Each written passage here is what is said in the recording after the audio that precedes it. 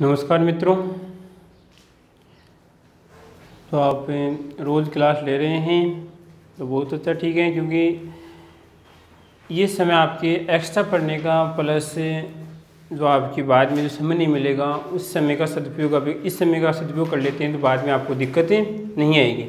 ठीक है कि लगभग रोज़ क्लास डल रही है, ये भी नहीं है कि हम ज़्यादा लंबी क्लास बना रहे हैं, लगभग छोटी क्लास बना रहे हैं, क्योंकि छोटी क्लास से आप आसानी से पढ़ सकते हैं, आप नोट्स भी लिख सकते हैं।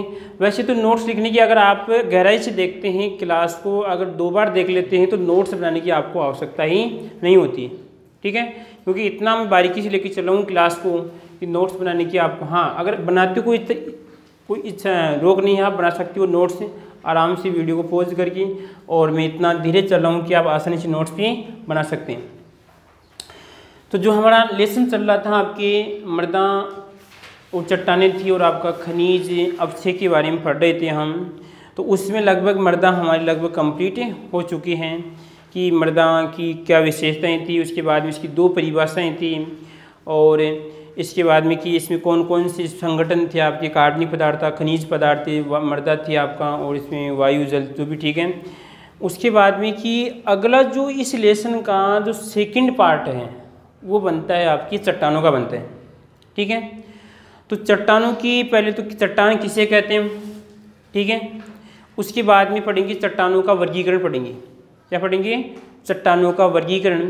क्योंकि अगर वर्गीकरण कर लेते हैं हम किसी भी टॉपिक का तो हमें उसको पढ़ने में, या बात करते हैं उसको जांच करने में हमें आसानी होती है। ठीक है, और वर्गीकरण में तो आज वो देखेंगे आप कौन सी आपकी आग्नेय चट्टान देखेंगे।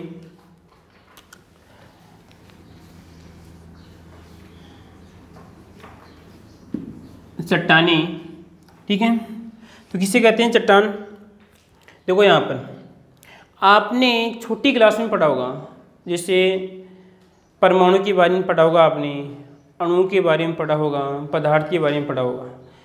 तो परमाणु किसे कहते हैं? जिसके हम और टुकड़े नहीं कर सकते, लास्ट हैं, बस बहुत है, संतुष्टि हो जाती हैं, तो वो तो आपका परमाणु मानते हैं। ठीक है, उसके बाद में अणु क्या मानते हैं? जब 2 परमाणु मिलते हैं तो परमाणु सेम भी हो सकते हैं और आपके अलग परमाणु, तो उसका अणु का निर्माण होता है। और पदार्थ कब बनता है? कि जब 2 या 2 से अधिक अणु आते हैं उसमें पदार्थ का निर्माण होता है। तो पदार्थ बताइए, सोच के बताओ कि सर उसे हम पदार्थ कहते हैं। तो एक तो आपके जैसे दैनिक जीवन नमक है, ठीक है, वो भी क्या है, एक पदार्थ का ही तो है। इसमें NaCl है तो उसमें वो भी आता है, तो वो कहने के नमक का ये सूत्र। ठीक है, इसी प्रकार आपकी POP है, ठीक है, उससे भी क्या होते हैं आपके पदार्थ होते हैं। उसी प्रकार आपकी चट्टान भी क्या होती है कि पदार्थ होती है। क्या होती हैं? पदार्थ होती हैं। इसमें लिखेंगे 2 या 2 से अधिक पदार्थों से मिलकर, 2 या 2 से अधिक पदार्थ से मिलकर चट्टान का निर्माण होता है। देखिए इधर ये चट्टान आपकी, ठीक है, इस चट्टान में जैसे आपका एल्यूमिनियम भी हो सकता है, और आपका कैल्शियम भी हो सकता है, मैग्नीशियम भी हो सकता है, और उसके बाद में आपका एल्यूमिनियम भी हो सकता है। ठीक है, तो जब ये चट्टान, देखो एक तत्व तो है नहीं इसमें, चट्टान में एक तत्व तो नहीं, इसके बाद ऑक्सीजन भी हो सकता है, सिलिका हो सकती है आपकी, कहीं पर 2 का कहीं पर 3 होगा। ठीक है, वैसे 3 होता है। ठीक है, वैलेंसी के आधार पर तो इसमें 3 होगा। ठीक है, तो ये जो सभी तत्व पाए जाते हैं वो सभी मिलकर क्या आते हैं? पदार्थ। और एक से अधिक पदार्थ हो गए इसमें, कोई 2 पदार्थ नहीं है, एक से अधिक पदार्थ हैं। तो परिभाषा क्या बनेगी इसमें? जब एक से अधिक पदार्थ मिलते हैं तो चट्टानों का निर्माण होता है, और उनके मध्य जो बंध पाए जाएंगे वो कैसे होंगे? आपके परबल होंगे।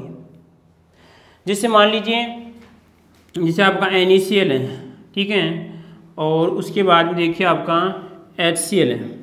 ठीक है, अब जब दोनों रिएक्शन करते हैं तो बंध के 2-3 तरीके होते हैं। तो आपका प्रबल भी होता है, दुर्बल बंध होता है। तो जब इन दोनों के मध्य दुर्बल बंध होगा तो कोई आपकी विशेष चट्टान नहीं होगी। जैसे आपने देखा होगा कि आपके आसपास जो पत्थर होते हैं, ठीक है, 2-3 प्रकार के पत्थर होते हैं। कुछ पत्थर तो ऐसे होते हैं कि जैसे आप थोड़ा बहुत उसे ऊपर से गिराते हैं तो कहने का मतलब खुल जाते हैं, और कुछ पत्थर इतने मजबूत होते हैं जिसे आप बार बार पीटते हैं तो भी वो नहीं टूटते हैं। दोनों चट्टानें हैं, दोनों में क्या है, बंध का फर्क है। जो आपकी मजबूत वाली उसमें बंध मजबूत होगा और उसमें क्या होगा, आपका बंध कमज़ोर होगा। ठीक है, परिभाषा कंप्लीट। परिभाषा क्या होगी, जब दो या दो से अधिक पदार्थ मिलकर चट्टानों का निर्माण करते हैं और उन चट्टानों में आपका एक उदाहरण आपका लाइम स्टोन, क्या आपका लाइम स्टोन, ये क्या होता है लाइम स्टोन। स्टोन का मतलब होता है पत्थर, क्या होता है आपका पत्थर, और लाइम का मतलब होता है चूना। कभी लगाया क्या आपने किसी के चूना, अरे किसी के चूना लगाया क्या आपने। तो यहाँ पर ये आपका क्या है, चूना पत्थर है, क्या है, चूना पत्थर है। और चूना किस प्रकार लगाते हैं सभी को पता होगा, ठीक है। तो चूना पत्थर का क्वेश्चन आया था आपके भी बोर्ड एग्जाम में, क्वेश्चन आया था, लाइम स्टोन का सूत्र लिखिए। तो कुछ विद्यार्थी घबरा गए। देखो लाइम स्टोन और जो चूना पत्थर है ये तो आपका अंग्रेजी जो साथ साथ चलती है, अंग्रेजी और जो आपकी हिंदी साथ साथ चलती हैं, तो ये तो वर्ड किसका, आपका अंग्रेजी का है। किसका है, अंग्रेजी, ठीक है, किसका है, अंग्रेजी, और ये आपका हिंदी, ठीक है। तो यहाँ पर जैसे आप किसी बात को हिंदी में बोलो और जैसे इंग्लिश में, अर्थ दोनों का एक ही होगा इसमें। तो यहाँ पर दोनों का सूत्र एक ही होता है, क्या होता है आपका Ca और आपका CO3, और इसे इसका रासायनिक नाम क्या होगा, कैल्शियम कार्बोनेट, क्या होगा, कार्बो और आपका ये नेट।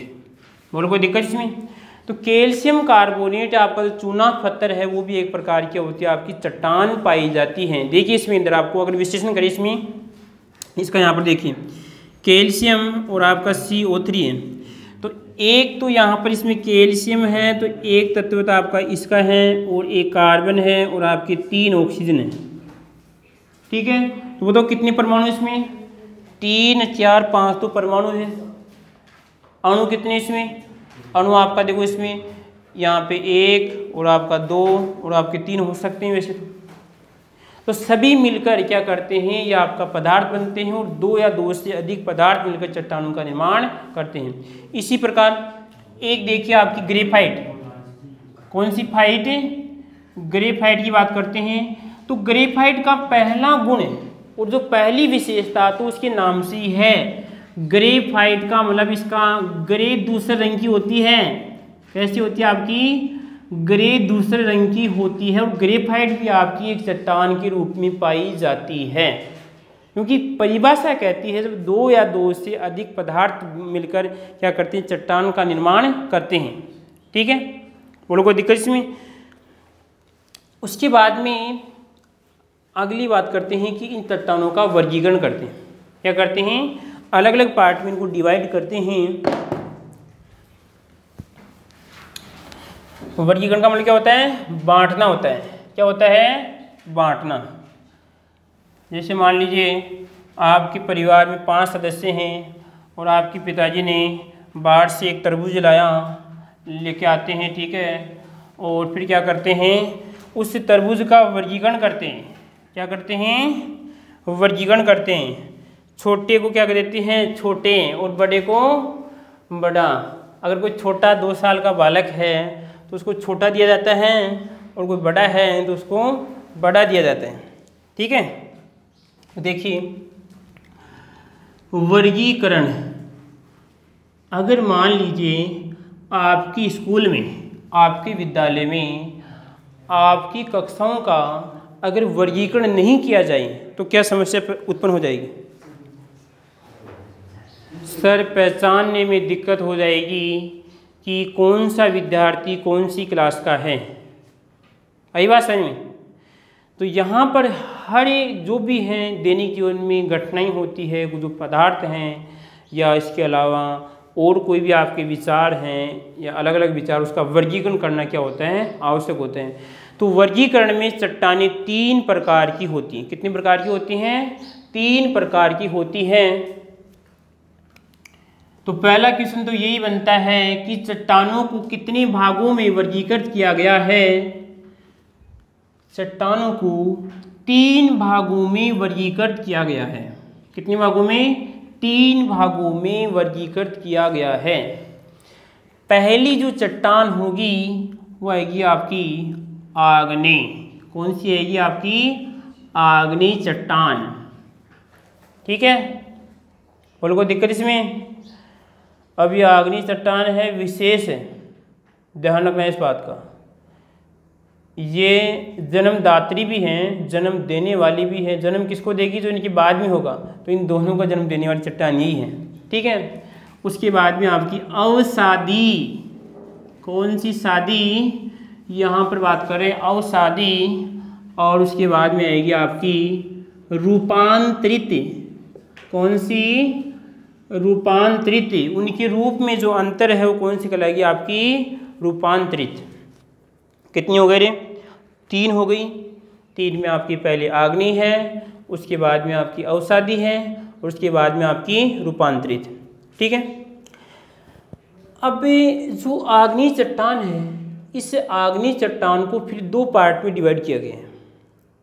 ठीक है, एक तो उत्पत्ति के आधार पे कि इसकी उत्पत्ति किस स्थान से हो रही है,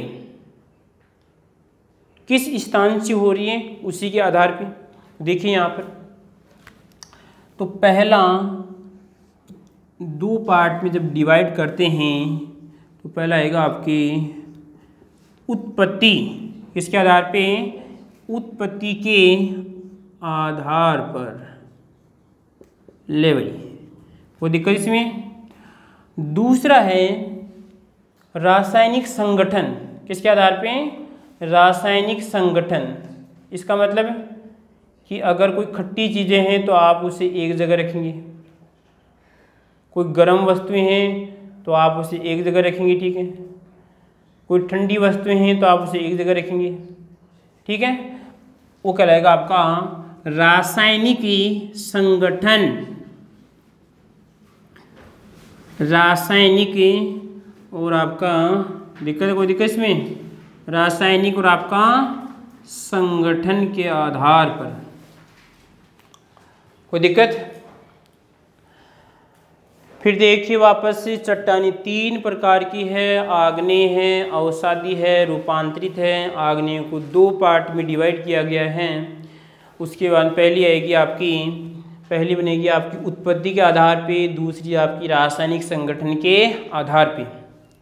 अब देखो इसमें उत्पत्ति 2 प्रकार से होती है। उत्पत्ति 2 प्रकार से कहने का मतलब है, एक तो आपकी आंतरिक आग्नेय चट्टानें हो सकती हैं। अब आंतरिक का मतलब कि जो चट्टानें जिनका निर्माण अंदर ही हो रहा है, उसका विशेष वर्णन पढ़ेंगे थोड़ा हिंट के लिए। कौन सी आएगी आपका कि जिनका निर्माण कहाँ पे हो रहा है? अंदर ही हो रहा है, तो वो कहलाएगी आपकी आंतरिक। ठीक है, और यहाँ पे 2 पार्ट में डिवाइड करते हैं तो ये आएगा, एक ही बन जाएगा। और एक आएगी आपकी बाह्य आग्नेय। कौन सी आएगी आपकी? बाह्य आग्नेय। देखो नाम से स्पष्ट है, जितना हो सके तो उतना तो आप इनके नाम से याद करने की कोशिश कीजिए। देखो इसमें आग्नेय है, जो बताऊंगा वो भी इसमें, इसके नाम में छिपी इसकी विशेषता, इसकी भी इसके नाम में छिपी विशेषता। अगर आपने हिंदी पढ़ी होगी इस तरह इसमें, क्योंकि एक उपसर्ग चलता है और उपसर्ग कौन सा? आपका अव। और अव का मतलब क्या होता है? नीचे बैठना। क्या होता है आपका? नीचे बैठना होता है। ठीक है,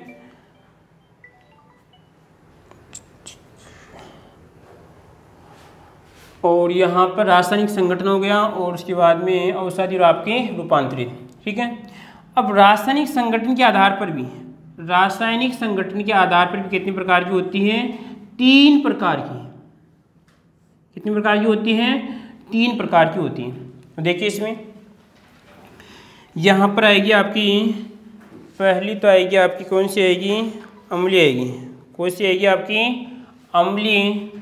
तो यहाँ पर आपकी अम्लीय हो जाएगी। और उसके बाद में यहाँ पर आपकी सामान्य कैसी आएगी आपकी सामान्य। तो इस सामान्य को हम बोल सकते हैं उदासीन। क्या बोल सकते हैं उदासीन। कैसा सीन दिख रहा है आपको उदासीन है ना कोई मूवमेंट है ठीक है। तो उसकी उदासीन हो गई। और उसके बाद में आपकी एक आएगी आपकी यहाँ पर अम्लीय और उसके बाद में कहलाएगी आपकी क्षारीय। इन भास्मिक भी कहते हैं क्या कहते हैं इसे क्षारीय या कहलाएगी आपकी भास्मिक। नीचे लिख रहा हूँ यहाँ पर भास्मिक ठीक है। और कोई दिक्कत इसमें या आपकी अम्लीय है या आपकी सामान्य है और आपकी ये कैसे आपकी क्षारीय है कोई दिक्कत। अम्लीय का मतलब कहने का मतलब पीएच स्केल की बात करते हैं जिसमें पीएच मान के लगभग कितना हो आपका 7 से कम हो तो किसमें आएगी आपकी अम्लीय में आएगी। उदासीन जो लगभग कैसा होता है 7 के आसपास होता है यानी लगभग 6 पॉइंट कुछ भी हो सकता है और आपका 7 पॉइंट कुछ भी हो सकता है 7 भी हो सकता है। और उसके बाद में कौन सी आएगी आपकी क्षारीय। तो क्षारीय का मतलब इसका पीएच क्या होता है 7 से अधिक होते हैं। ये तो आपके चट्टानों में क्या था वर्गीकरण था ठीक है। बोलो कोई दिक्कत।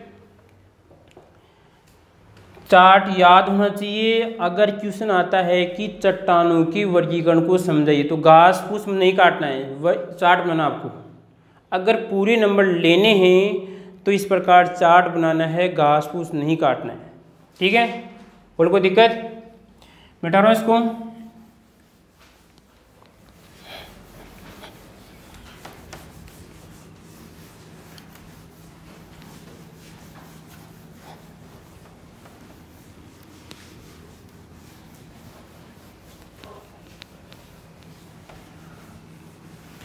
तो कर लिया होगा सभी ने आराम ठीक है। कितने टाइम हो गए।